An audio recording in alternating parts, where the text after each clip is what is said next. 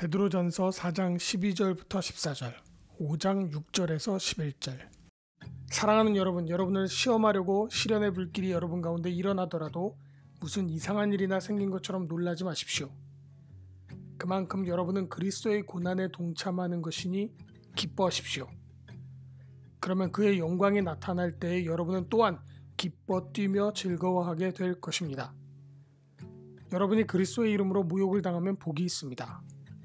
영광의 영, 곧 하나님의 영이 여러분 위에 머물러 계시기 때문입니다. 그러므로 여러분은 하나님의 능력의 손 아래로 자기를 낮추십시오. 때가 되면 하나님께서 여러분을 높이실 것입니다. 여러분의 걱정을 모두 하나님께 맡기십시오. 하나님께서는 여러분을 돌보고 계십니다. 정신을 차리고 깨어 있으십시오. 여러분의 원수 악마가 우는 사자와 같이 삼킬 자를 찾아 두루 다닙니다. 믿음에 굳게 서서 악마를 맞서 싸우십시오. 여러분도 아는 대로 세상에 있는 여러분의 형제 자매들도 다 같은 고난을 겪고 있습니다. 모든 은혜를 주신 하나님, 곧 그리스도 안에서 여러분을 자기 영원한 영광에 불러들이신 분께서 잠시 동안 고난을 받은 여러분을 친히 온전하게 하시고 굳게 세워주시고 강하게 하시고 기초를 튼튼하게 하여 주실 것입니다. 권세가 영원히 하나님께 있기를 빕니다. 아멘.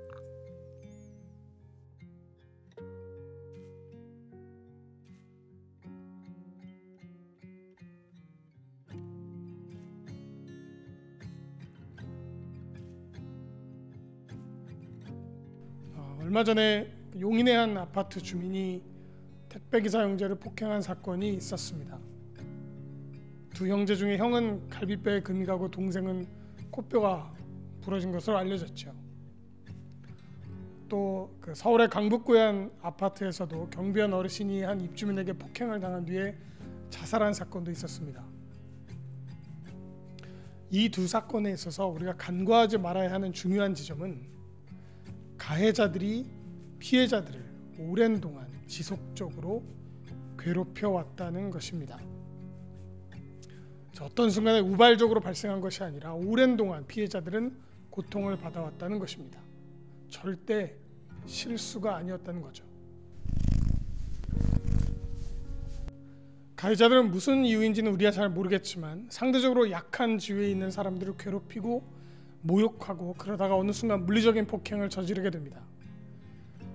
이 사건들은 가해자들이 혹은 그냥 일반적인 사람들도 자신이 어떤 높은 위치에 있고 그것이 권력이라고 생각하게 될 때 그보다는 약한 이들을 어떻게 차별하고 고통을 가할 수 있는지를 적나라하게 보여주고 있습니다. 그리고 차후에 나오는 기사들을 보면 이 아파트 주민들 중에 몇몇 분들은 이 가해자들이 피해자들을 괴롭히는 것을 알고 있기도 했습니다. 그래서 가해자를 말리기도 하고 항의하기도 하고 심지어 주민자치회에서 경고하기도 하는 노력들도 있었습니다. 그래도 결국은 폭행을 막지는 못했습니다.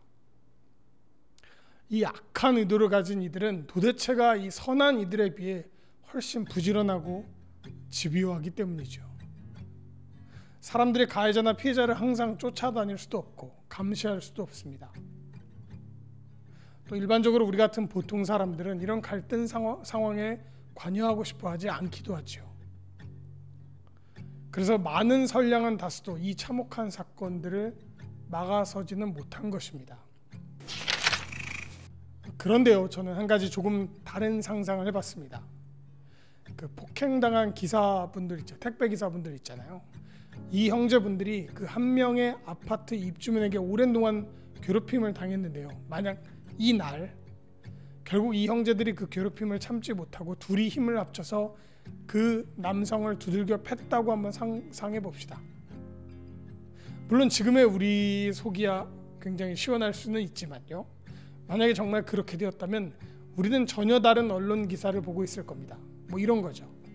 20대 택배 기사 형제들 마스크 착용 항의하는 입주민을 폭행.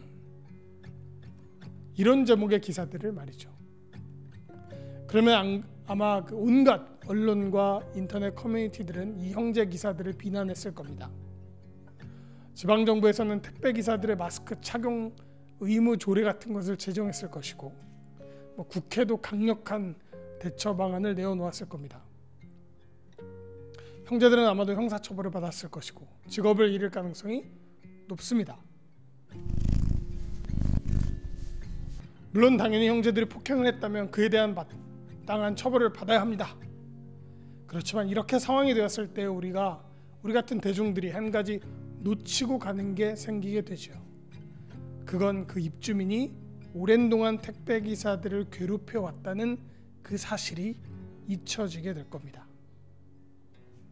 결과적으로는 이 택배기사들이 그동안의 모욕과 괴롭힘을 견디고 심지어 이 참혹한 폭행에 대항하지 않은 결과로 우리는 이 사건의 진실을 알게 된 겁니다. 그 형제들이 견디어낸 값이지요. 그리스도교 교회가 초기에 성장해 갈 때 스스로에게 또 다른 이들에게 복음을 증거할 때에도 만나게 되는 정말 어려운 문제가 있었습니다. 그건 왜 하나님의 아들이 인간으로부터 모욕을 당하고 고문을 당하고 심지어 그 악한 이들의 손에 죽었는가? 라는 질문입니다. 예수는 그리스도교회에서 가장 중요한 중심인물입니다. 성서의 주인공이잖아요. 심지어 역사에 한 번도 기록되지 않았던 능력들을 가지고 있었습니다. 다양한 종류의 질병들을 치료했고 사람을 괴롭히는 악한 영들을 내어쫓았고 또 아주 적은 케이스이긴 하지만 죽은 이들을 살리기도 했었습니다. 그런 위대한 영웅이 예루살렘이라는 도시에서 종교 지도자들의 혐오와 대중들의 가짜 뉴스 그리고 모욕적인 여론에 단 한마디도 저항하지 않고 그 잔인한 인신 공격들로 참혹한 피해를 입게 됩니다. 변명도 하지 않았고 싸우지도 않았습니다. 좀 심하다 싶은 모욕들도 이 하나님의 아들은 그 위대한 능력을 내려놓고 다 받아내버렸습니다. 그리고 인간이 만든 사형 형틀에서 신의 아들은 죽습니다.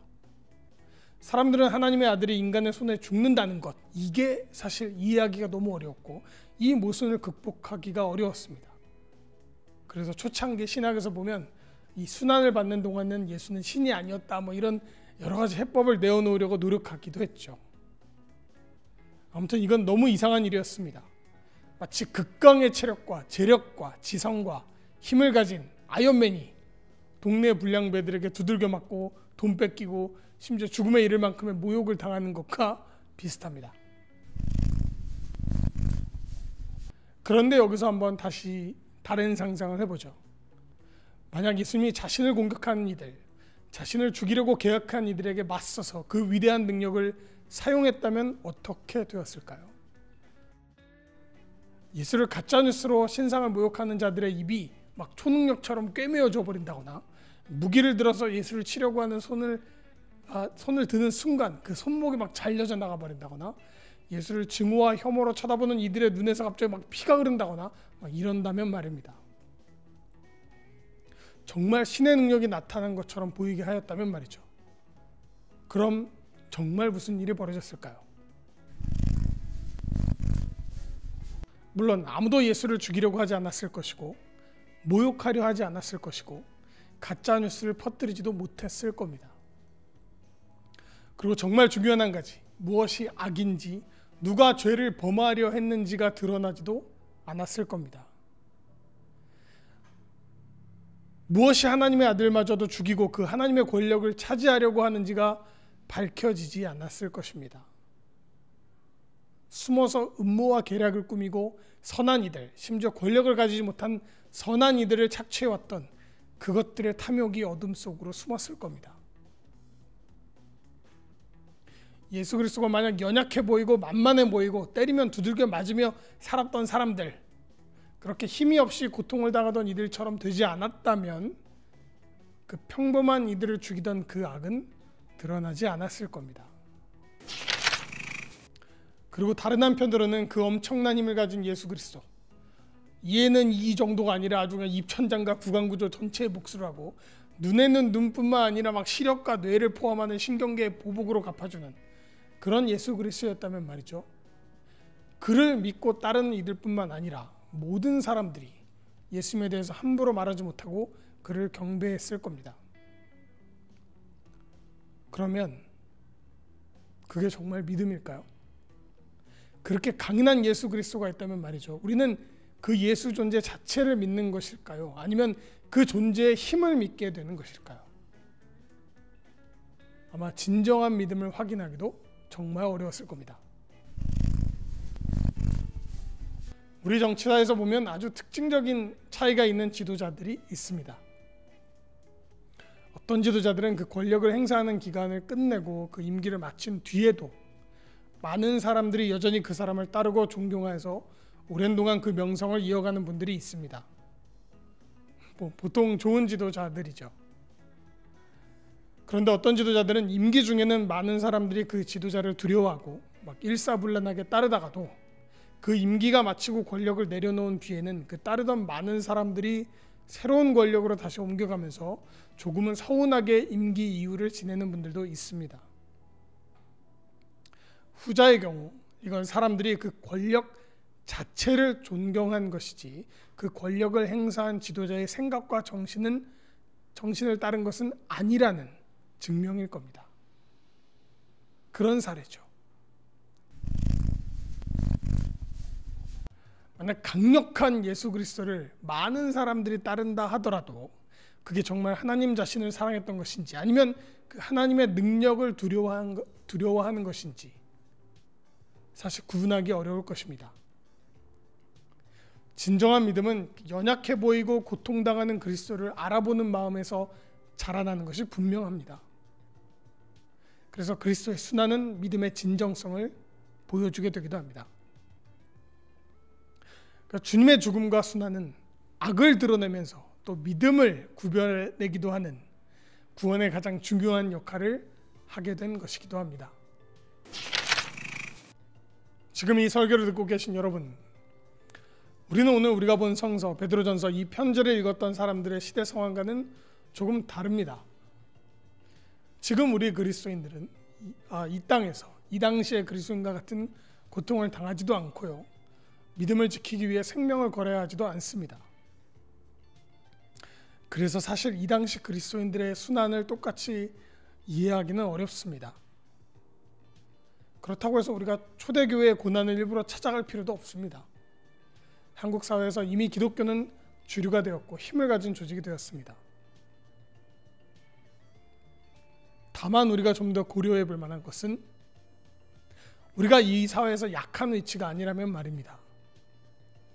우리 스스로가 누군가를 멸시하거나 함부로 대하지는 않는지, 우리가 가진 힘으로 어떤 이들을 억압하거나 고통을 주지는 않는지 스스로 성찰하고 두려워하는 것이 더 시급해 보입니다.